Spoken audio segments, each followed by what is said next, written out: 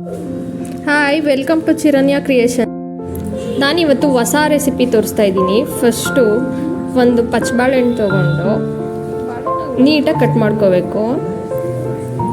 ನೋಡಿ ಹೇಗೆ ಅಂತ ತೋರಿಸ್ತಾ ಇದ್ದೀನಿ.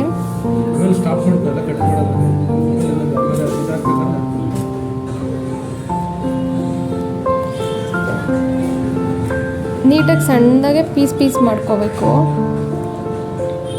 ಈ ರೆಸಿಪಿ ಮಕ್ಕಳಿಗೆಲ್ಲ ತುಂಬ ಇಷ್ಟ ಆಗುತ್ತೆ, ನಿಮಗೂ ಇಷ್ಟ ಆಗುತ್ತೆ. ತುಂಬ ಹೆಲ್ತಿ ಫುಡ್ ಇದು.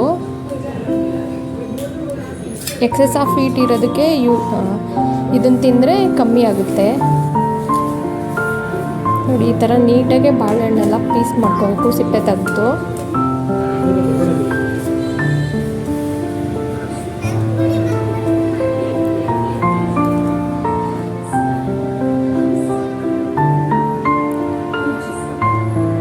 ಬಾಳೆಹಣ್ಣೆಲ್ಲ ಕಟ್ ಮಾಡ್ಕೊಂಡಾಯಿತು. ನೆಕ್ಸ್ಟ್ ಇದಕ್ಕೆ ಗುಲ್ಕನ್ ಮಿಕ್ಸ್ ಮಾಡ್ಕೋಬೇಕು.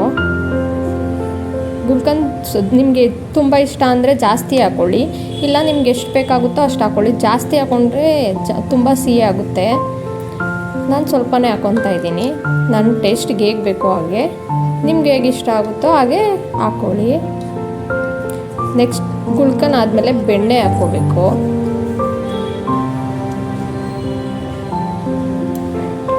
ನಾನು ಮನೇಲಿ ಮಾಡಿರೋವಂಥ ಬೆಣ್ಣೆನ ತೊಗೊಂಡು ಹಾಕ್ಕೊತಾ ಇದ್ದೀನಿ.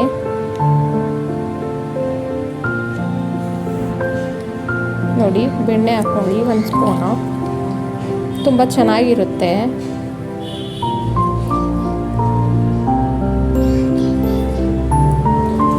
ಬಾಳೆಹಣ್ಣು ಆದಮೇಲೆ ನಾನು ಬಟರ್ ಸ್ಕಾಚ್ ಫ್ಲೇವರ್ ಇರೋವಂಥದ್ದು ಐಸ್ ಕ್ರೀಮ್ ತೊಗೊಂಡಿದ್ದೀನಿ.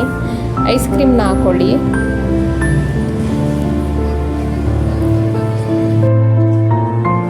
ನಿಮ್ಗೆ ಯಾವ ಫ್ಲೇವರ್ ಇಷ್ಟ ಆಗುತ್ತೋ ಆ ಥರ ಐಸ್ ಕ್ರೀಮ್ನ ತೊಗೊಂಡು ಹಾಕ್ಕೊಳ್ಳಿ. ತುಂಬ ಚೆನ್ನಾಗಿರುತ್ತೆ ಈ ರೆಸಿಪಿ. ನಾನು ಬಟರ್ ಸ್ಕಾಚ್ ತೊಗೊಂಡಿದ್ದೀನಿ. ಐಸ್ ಕ್ರೀಮ್ ಹಾಕಿದ್ಮೇಲೆ ಫುಲ್ಲು ಎಲ್ಲನೂ ಮಿಶ್ರಣ ಮಾಡಬೇಕು. ಫುಲ್ ಎಲ್ಲ ನೀಟಾಗಿ ಕಲಿಸ್ಕೋಬೇಕು.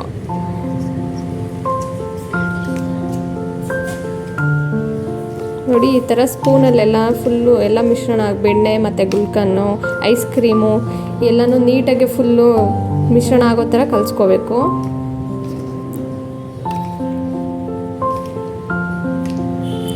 ತುಂಬ ಚೆನ್ನಾಗಿರುತ್ತೆ, ತುಂಬ ಹೆಲ್ತಿ. ಎಕ್ಸೆಸ್ ಆಫ್ ಹೀಟ್ ಇರೋರು ಇದನ್ನು ತಿಂದಿದ ತಕ್ಷಣವೇ ಗೊತ್ತಾಗುತ್ತೆ ಅವ್ರಿಗೆ ಇದ್ರ ಯೂಸಸ್ ಏನಾಗುತ್ತೆ, ಹೇಗೆ ಇದು ರಿಯಾಕ್ಟ್ ಮಾಡುತ್ತೆ ಅಂತ. ನೋಡಿ, ಈ ಥರ ಫುಲ್ ಎಲ್ಲ ಮಿಕ್ಸ್ ಮಾಡಾದಮೇಲೆ ನೀವು ತಿನ್ಬೋದು. ತುಂಬ ಟೇಸ್ಟಿಯಾಗಿರುತ್ತೆ. ನೀವು ಪದೇ ಪದೇ ಮಾಡ್ಕೊಂಡು ತಿನ್ನಬೇಕು ಅನಿಸುತ್ತೆ. ಇದಕ್ಕೆಲ್ಲ ಏನು ಜಾಸ್ತಿ ಕಾಸ್ಟ್ ಆಗೋಲ್ಲ, ಏನಾಗಲ್ಲ. ಯೂಟ್ಯೂಬ್ ಚಾನಲ್ನ ನೋಡಿ ಸಬ್ಸ್ಕ್ರೈಬ್ ಮಾಡಿ.